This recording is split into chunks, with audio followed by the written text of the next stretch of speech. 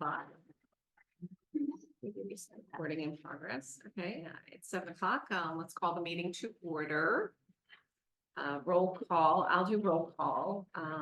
Trustee Zowdy. Here. Trustee Jardine. Here. Trustee Church. Here. Trustee Shaw here. We also have Director Grassi, Eliza Jarvie, and from our law firm, Absent. Welcome, it's a link. We'll do a quick pledge. Join me in the pledge. We're going to do it after the pledge again. Thank you. I pledge allegiance to the flag of the United States of America and to the republic for which it stands, one nation, under God, indivisible, with liberty and justice for all. Thank you. All right, thank you, everyone. So we have a special meeting for today. I think because we just did roll call, maybe now's the right time to be open for a motion to have a trustee who's on remote this evening. We would need to vote to allow Ally to participate in the meeting via Zoom. So would anyone like to make a motion? I will move. Okay, Trustee Church, second. Second. Jardine, all right, all those in favor? Aye. Opposed? All right, hi, Ally. Can you hear us? Hi. Yeah, I can hear you. Great, we've got you loud and clear too, thanks. All right, we're on agenda item 5. There's no one from the public to address the board. So we'll move over to item 6 to discuss the new intergovernmental agreement between Lake Bluff Library and the village. Renee is going to provide some opening comments and then turn it over to myself. Good evening, everyone. For the purposes of this meeting, for anyone who watches the recording, I'd like to present a summary including historical context about the library's relationship with the village and how we got here today for tonight's special meeting. In 1998, Lake Bluff Public Library, the Village of Lake Bluff, and the Vliet Center for Lake Bluff History entered into an intergovernmental agreement for the purposes of supporting the development of the property at 127 East Scranton Avenue. The original agreement, signed by all 3 agencies in July of 1998, outlined the obligations of the library and the village pertaining to, among other things, the improvement and maintenance of the property.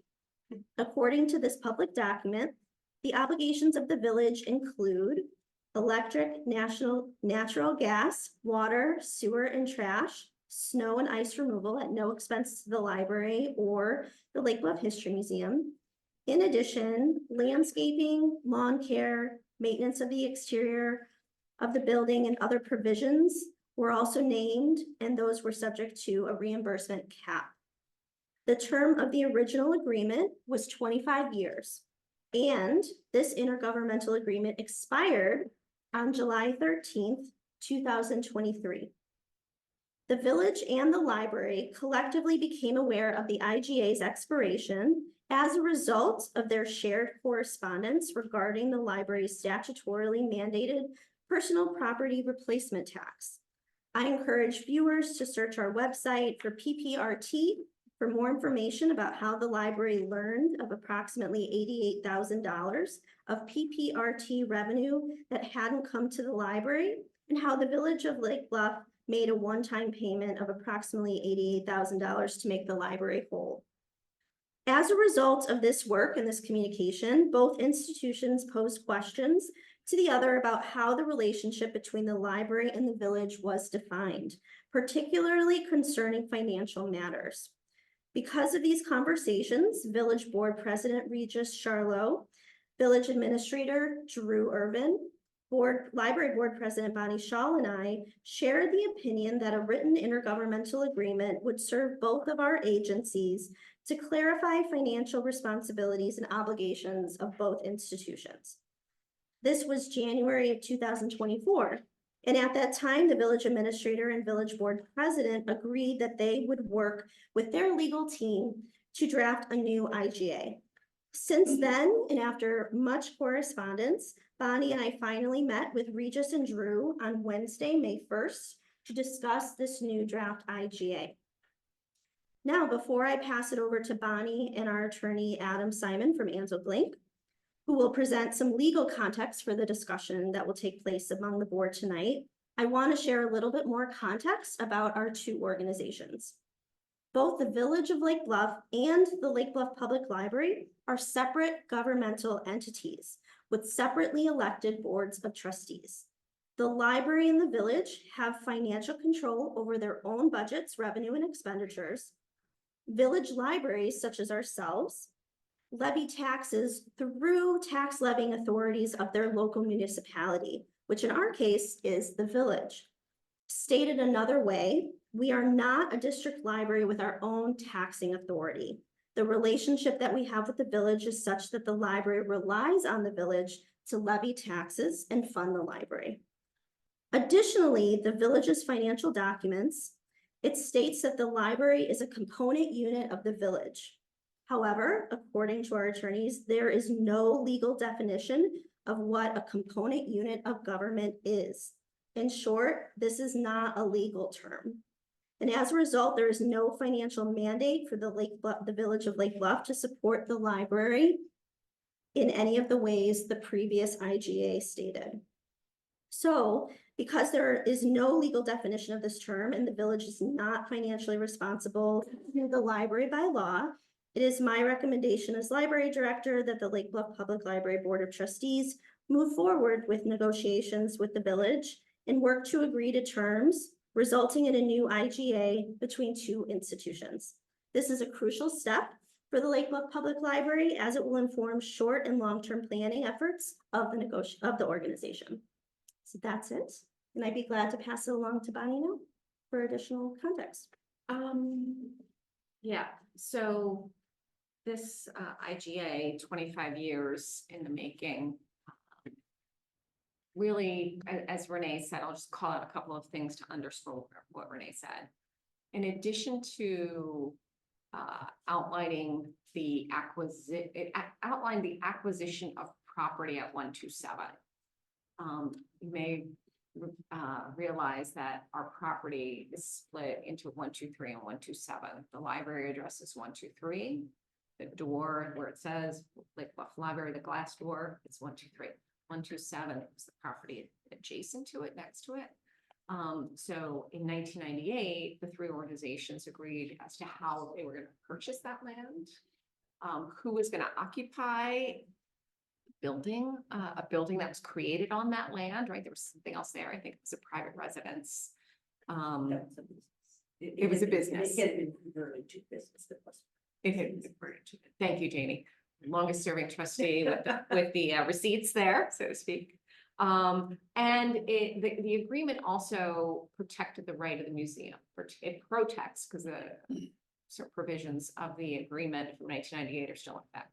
It protects the right of the museum to occupy 1,500 square feet and their ability to renew their lease for a nominal fee of $10.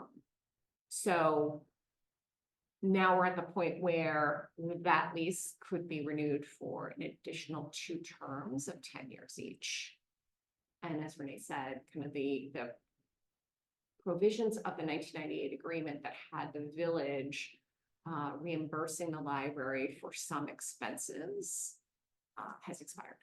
So we'd like to get an agreement back in place fairly quickly, but we don't want to sacrifice accuracy and thoroughness for speed.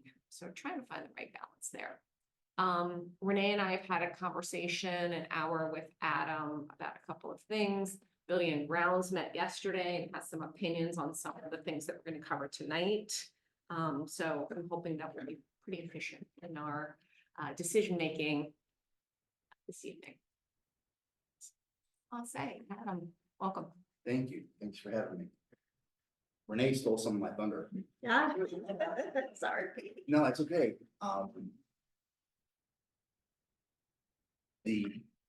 Like I said, the 1990 agreement has expired.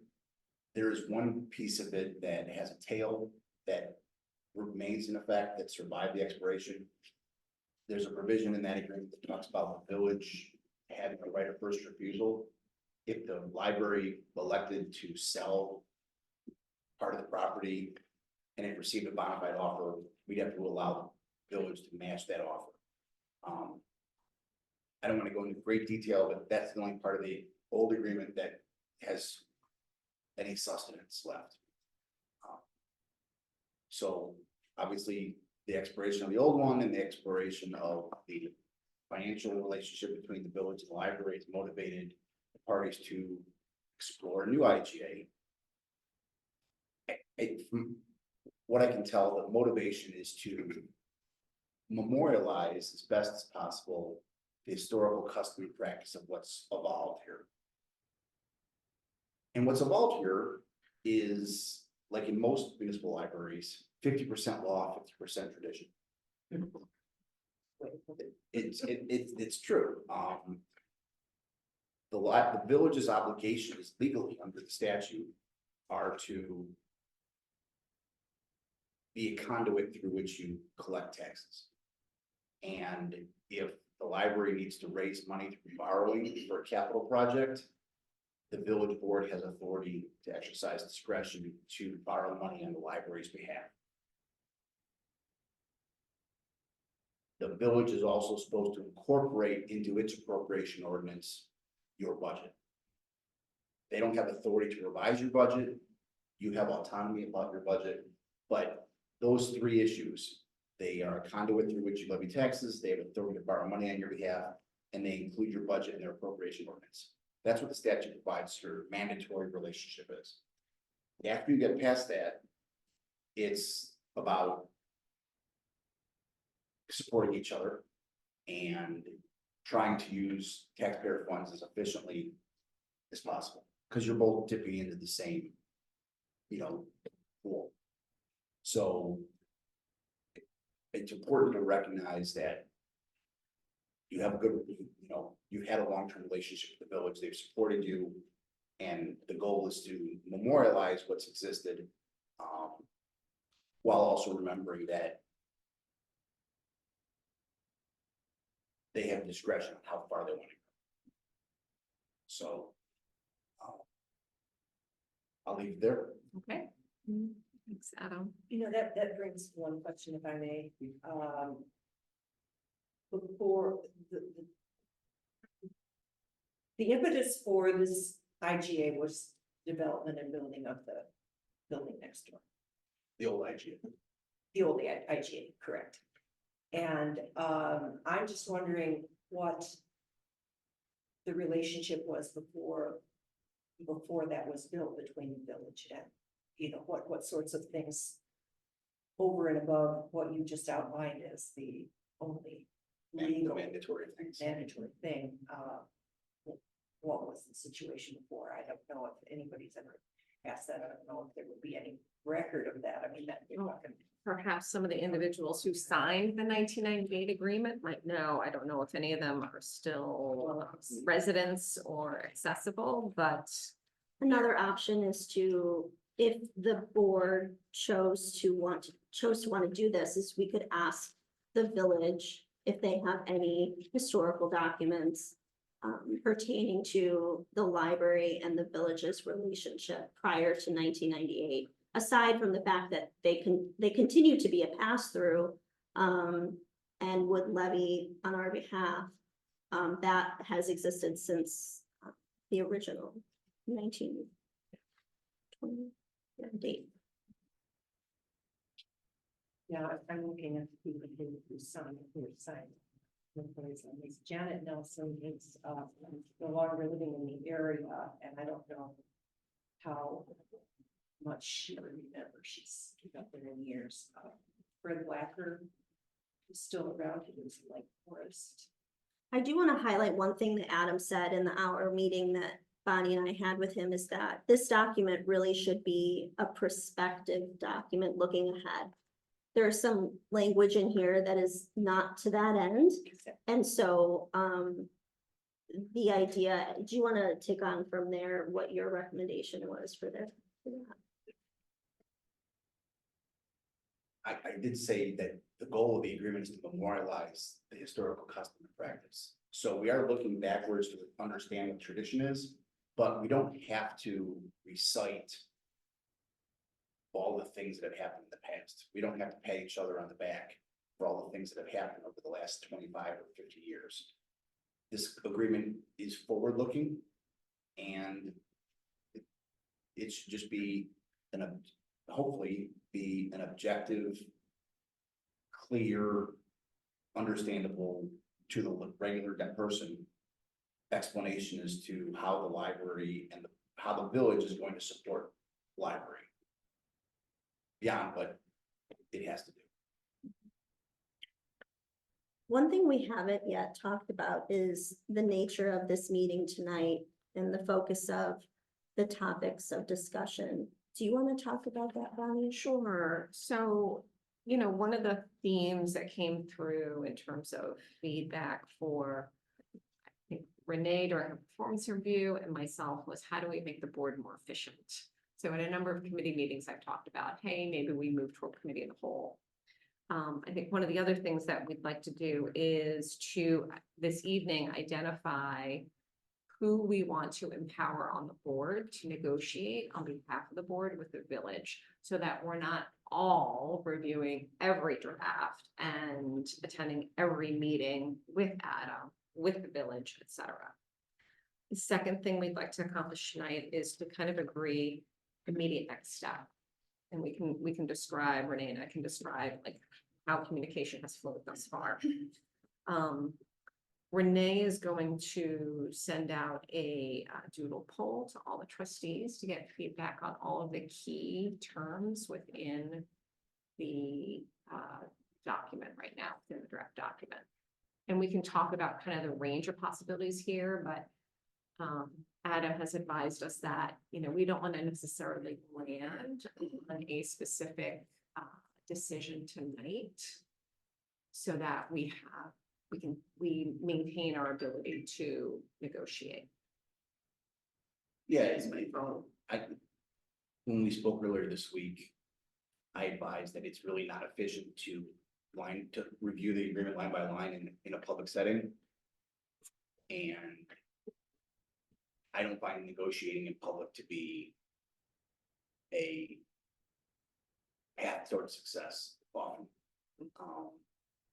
If there's going to be disagreements, it's helpful to have the disagreements tactfully, privately, and there might be some disagreements. I mean, from what I've seen from the feedback, it looks like there's some things that might be more or less difficult to negotiate, but it's helpful to do that in a setting that isn't inflammatory. So with that, are there any other questions about context around the 1998 agreement? Or questions for Adam? Questions for Adam before we start moving to the next item on the agenda? I have one question. So with regard to what you said about this component unit of government, there's no legal definition.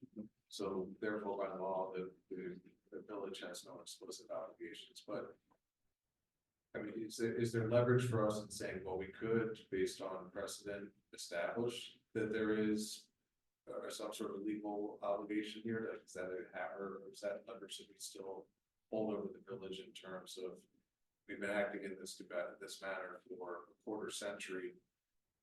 Therefore, it implicitly has become not legal, but it's an undefined thing, something that we can codify. I think what you're talking about is like an implied contract. And even if there was an implied contract, it would really be on a year-to-year basis, because typically local governments of any kind only appropriate money 1 year at a time. And if they don't appropriate money for that purpose the following year, then they can't spend it. A component unit of government has no legal meaning. There are some places that accidentally consider libraries a department of their host community, and that's not true. A library is an independent, separate unit of local government that happens to need the village to levy taxes. I have no idea what the motivation for that mechanism was, but the library hires and fires its own employees, it has its own personnel policy manual, it controls its own budget, it owns its own property, it has its own procurement practices, it operates as a separate government and relies upon the village as a conduit tax collector. That last part results in some confusion, and I think that's where the component unit of government came from. And I think it also arose from the amount of administrative support the village has given the library. For a good reason. I'm not making any, judgments about whether it's good or bad. The village has provided support on audit expenses and insurance, and they've done so, I think, politically because it makes sense and it's efficient. And I think because of the degree of the strength, the depth of the interrelationship, that nickname, the component unit of government has risen as sort of shorthand for that interrelationship. And hopefully we can get rid of that term and just replace it with the terms and conditions in the agreement. Any other questions? Yeah, Yeah. I just have one question. Has the museum reviewed the agreement? They are not a party to the agreement. Not to the IGA. So. They don't. Yeah. So earlier this year, the museum acted to extend their lease for the first of 3 10-year terms. The lease still exists, even between the library and the museum, even though the IGA, as it was connecting all 3 institutions together, expired. Save from the example that Adam mentioned about right of first refusal. That's the only kind of tail. But the goal of this IGA would be to put in writing the agreements between the village and the library for not just the things talked about in the original IGA, but maybe other topics as well. Especially because as I mentioned with the PPRT conversations that came up, there were a lot of questions about whose responsibility is this and that. And so this new draft IGA would just be between the village and the library. So the library is taking on, then the museum is becoming more of a part of the library. Like, so this, I mean, because the IGA has to do with upkeep for the history museum, but now really, so like, I don't know if I'm like trying. No, Correctly. I have been in your place a few weeks ago. Yeah. So the IGA was signed in 1998, described how the 3 entities would acquire the property and gave the museum the right to occupy part of the property capital P. That's very important in the original IGA. The property capital P is 127. And that the library would own that property. And that the library would own, so there was something called a quick claim deed that the village transferred the rights of the property to the library. The relationship between the library and the museum is now strictly landlord-tenant. And it's governed by a lease that they've just recently renewed. So then you are then the library is responsible for all upkeep of that building because because it's strictly tenant. So, because it's still in the agreement is talks about $9,000 for a Correct. history museum. Correct. upkeep. So the draft compiled by the village, we were told all the village trustees had input into the first pass. Does include some items from 1998. It also memorializes some other items that the village historically paid for the library, meaning the audit service, financial support that Bettina provides to us, and the liability insurance piece of it. I want to clarify something. The proposed draft IGA doesn't earmark the village's contributions to be in support of the museum. Oh, so that's all of the Like the paragraph that describes the annual library support. building maintenance. Like that's what I was looking at, number five. Right, yeah, and that's what I thought. Mhm. There's some dicta, there's some commentary in there that refers to the library. And then the commentary ends and then it looks forward and says, we're just gonna give you $9,000 for library maintenance. It doesn't say it has to be for 127 or 123. That's everything that they're planning and contributing moving forward. According to this draft. Well, Just the first pass. Right. I don't wanna say everything because there's a number of other types of in-kind support they're giving. The audit, but like for building maintenance. It's exterior though, right? Mhm. This is defined as exterior. I think I know where you're going, Jenny.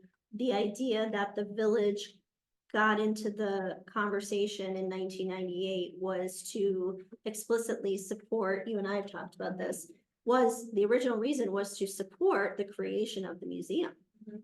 and the property of Mhm. 127. And so, And I'll add the quote library annex, so from the get-go, it appears that, you know, the library was going to occupy part of 127 as well.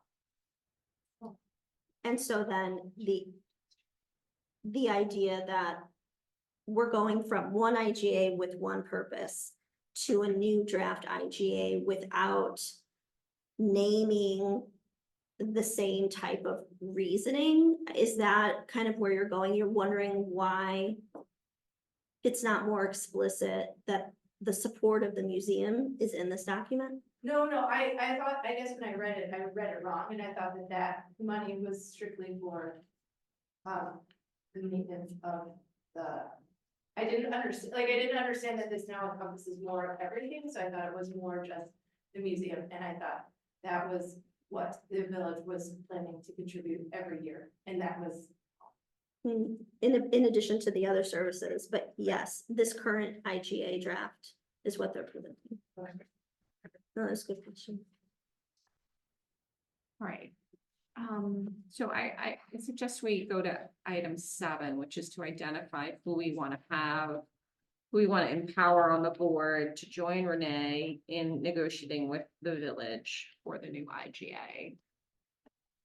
And typically, when this is done, it's often done like a nomination for a committee.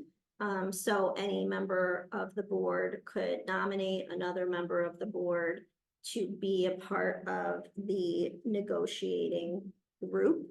And there could be discussion, there could be commentary, so. Right. And I guess I would say, you know, many of you have commented, right, the pace of the library board has changed in the last 15 months. The pace of this negotiation will also be it'll be a fairly demanding process, meeting as a negotiating team, meeting with the attorneys, meeting with the village, maybe attending village meetings, etc. So I just want to make sure people are clear that, you know, it's not an hour here or there. I was thinking about this and first thing I wanted to do was just see amongst us here who is possibly interested and has negotiating experience.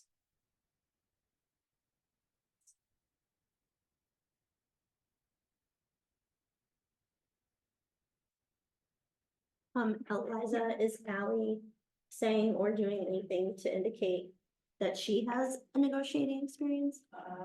Ally, would you like to speak to that?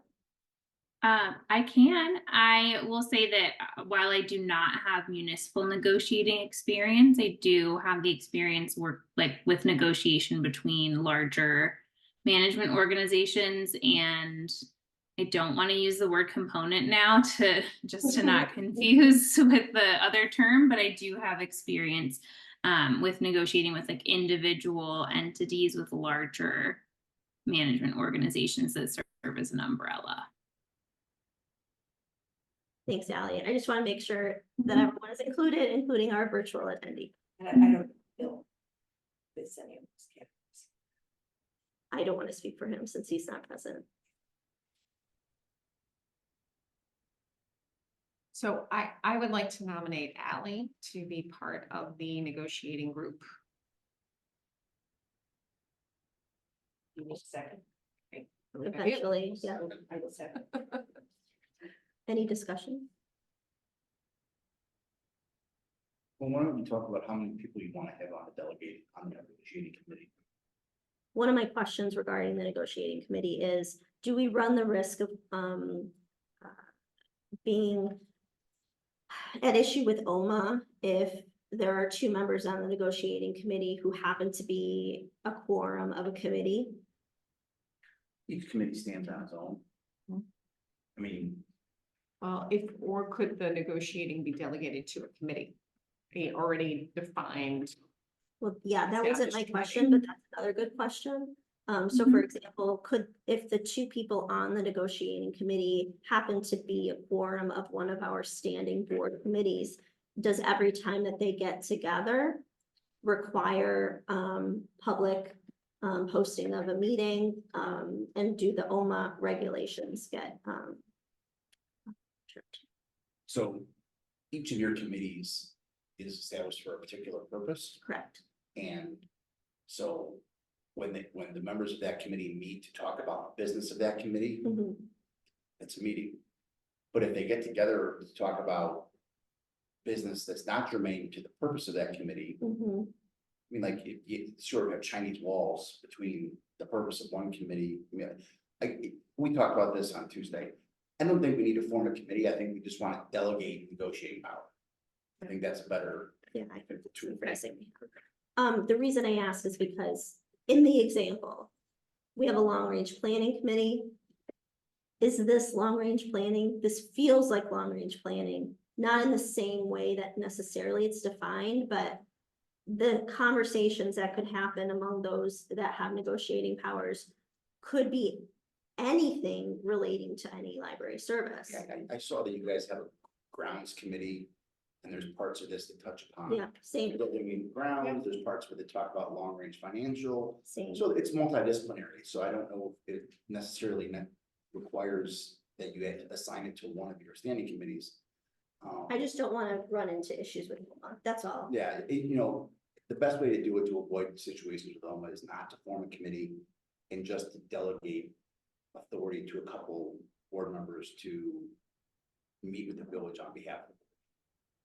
Well, in addition to that, I would think that these meetings where negotiations occur would be executive session, would that be?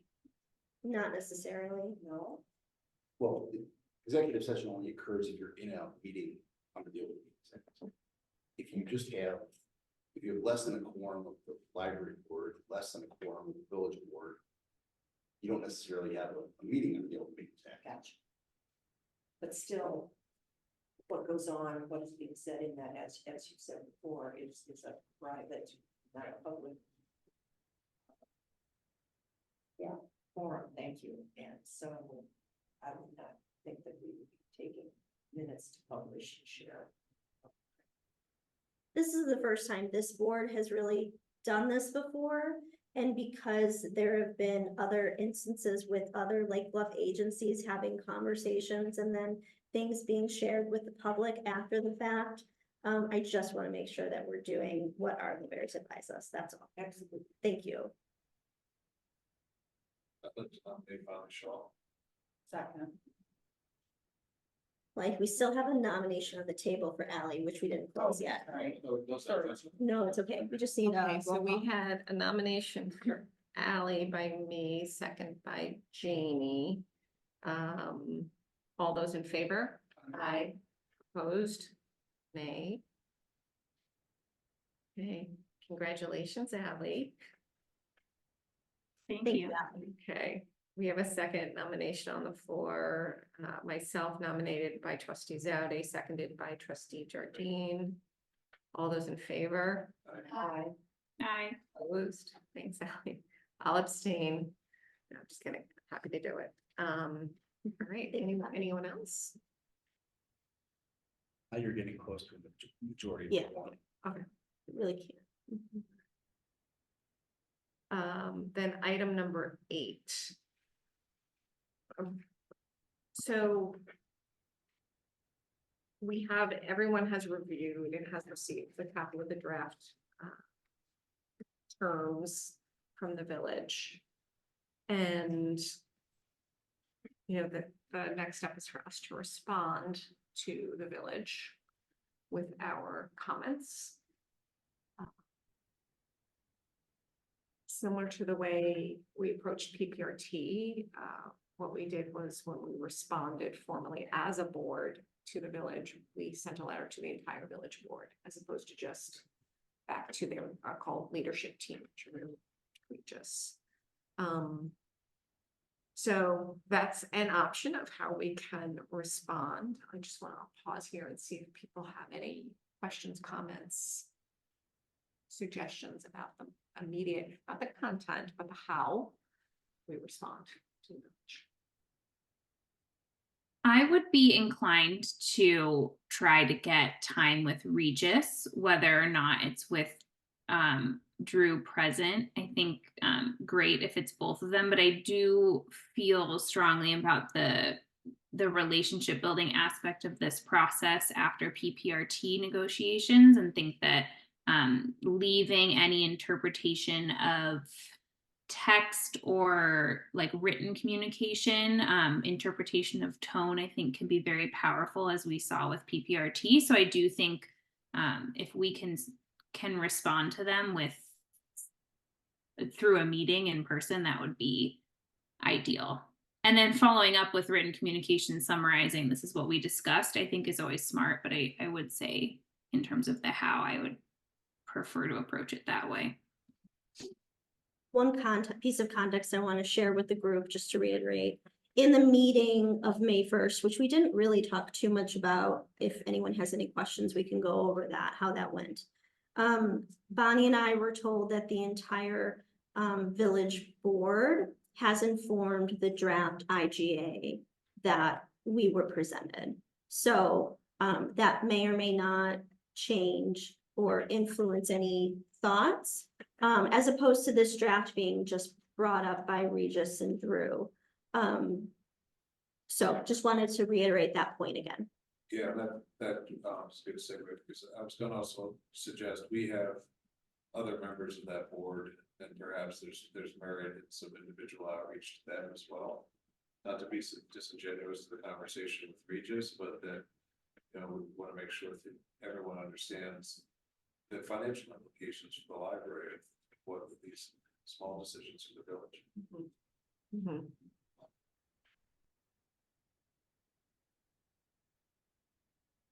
I think it's important to speak with one voice. And while that's possible, if everyone's speaking from the same script, if you don't prescribe specifically what everyone's saying, it's easier to lose the message. Yeah, no, I was saying, our communication avenue being the delegates on board of the negotiation, but if there are other folks that we could help to line up on our side. Is there any counsel, Adam, that you'd like to provide in this public meeting about this particular topic, in addition to what you just said? I like what Ally said, because there are times where the first impression you get from reading something, you imply tone, and sometimes that's not the right first impression. So explaining what you're doing in person is helpful.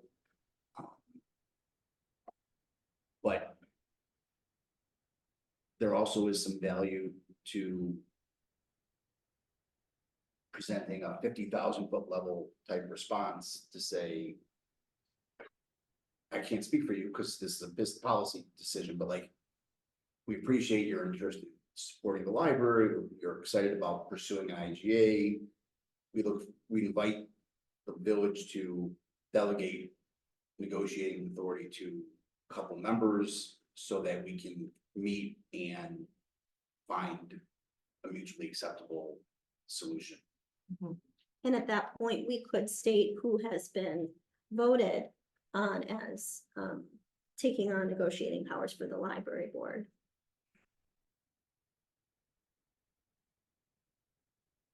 Any other discussion?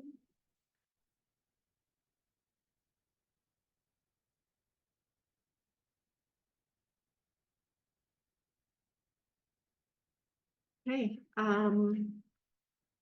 if there's no other discussion, then I guess that brings us to agenda item number 9. Executive session if needed. Well, no, we didn't vote on 8. Oh, vote to approve authorizing to write and send communication on behalf. Does anyone have a motion they'd like to make in regard to next steps for the negotiating delegates from the library? Yes, I'd like to motion to empower the two delegates, Ally and Bonnie, to write and send communication on behalf of the village board to the members of village administration and the village board.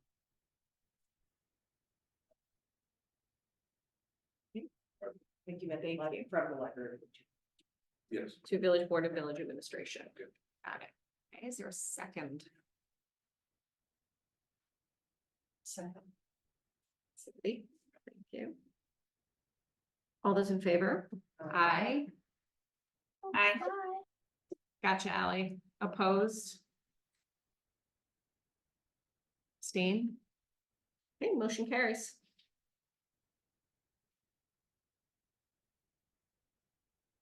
It appears executive session is not needed.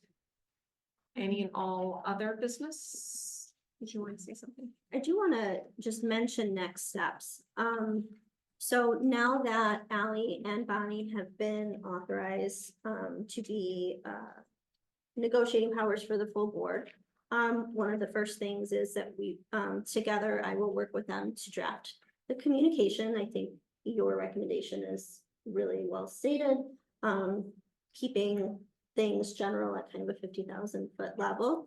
We'll name the authorized individuals and we'll work on that. And then following up, we will schedule a meeting with the village administrator and Regis as well.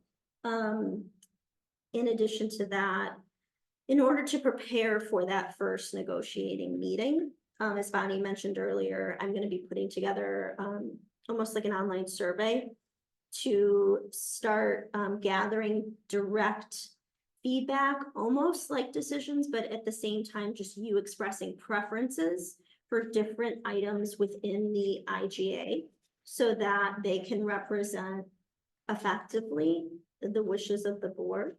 At the same time, the negotiations will happen. Both parties will still need to agree and vote on the terms of the final IGA. It'll be hard to say how long the negotiation process will take. I want to thank you all. I just want to add on to that, just like the PPRT IGA, Mhm. it went to the full board, the full board voted on it. Same will happen on the village, the full village board will see it and vote on it before it is final. Can I ask a quick clarification about something? Yeah, of course. Your survey is. They will not be able to see other people's comments. We're on the same page. I appreciate you, Adam. So in doing that, I'm going to be gathering feedback from all of you. I also want to thank all of you for the feedback that you've given already on the IGA. It is not, you can still keep sending me more if you want to, just because that initial deadline passed. That information has been compiled and shared with our attorneys. Adam is still going through, and in fact, many of what you all found, he and Julie also found. And I think we are well represented. So thank you all for participating in that process. What's that? We are all prolific. That's wonderful to hear. I am just so happy to be working with all of you on this project. And so that's really more of the next steps. I don't foresee another special meeting anytime soon, barring any unforeseen circumstances. There will be updates about the process at board meetings. So our next board meeting is May 21st. And I would say potentially also at committee meetings, whether Yes. it's finance regarding the audit or Yes, building and grounds regarding exterior building maintenance things. I think committee meetings are a great forum for discussion. And so I would just say, you know, I will continue to be happy to receive feedback, from you all about any of this. And look out for that survey, which I don't anticipate getting done this week. Sometime next week, look out for that. And I want to make sure to give ample time for all of you to, share your, opinions and preferences. Questions about next steps? Question. I do have one thing to put under item number 10, and it's just a small thing. Renee, you had asked me to put together the next IGA meeting for September fall. Mhm. In October. I think it's appropriate for me to hold off until there is an IGA. Well, the IG, this is a good point because some of you brought it up in your comments. The old IGA essentially set up an advisory committee between the museum, the village, and the library. Because that IGA is expired, the library had a meeting with the museum to discuss landowner tenant responsibilities and topics. One of those topics will be on the agenda for May 21st.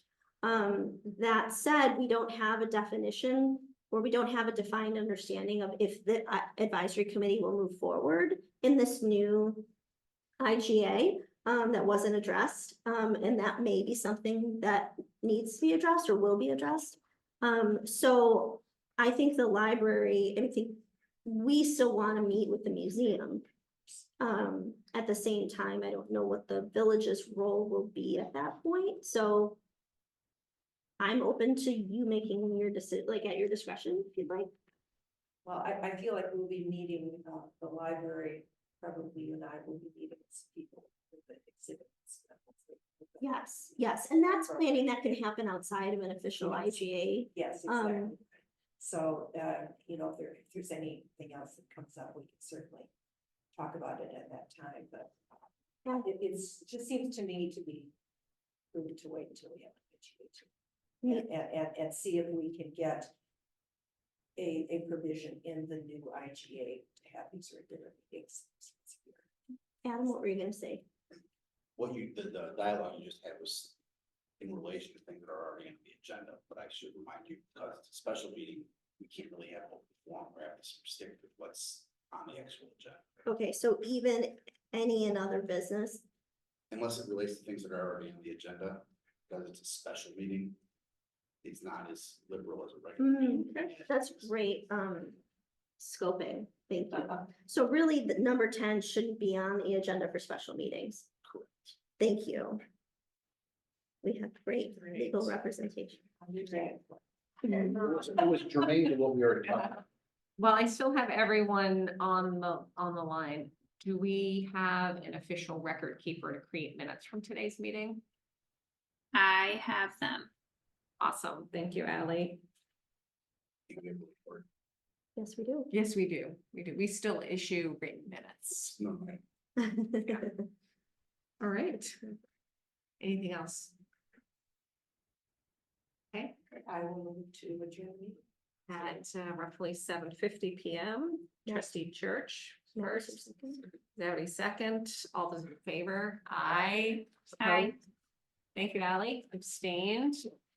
Have a good night, everyone. Thank you, everyone. Bye.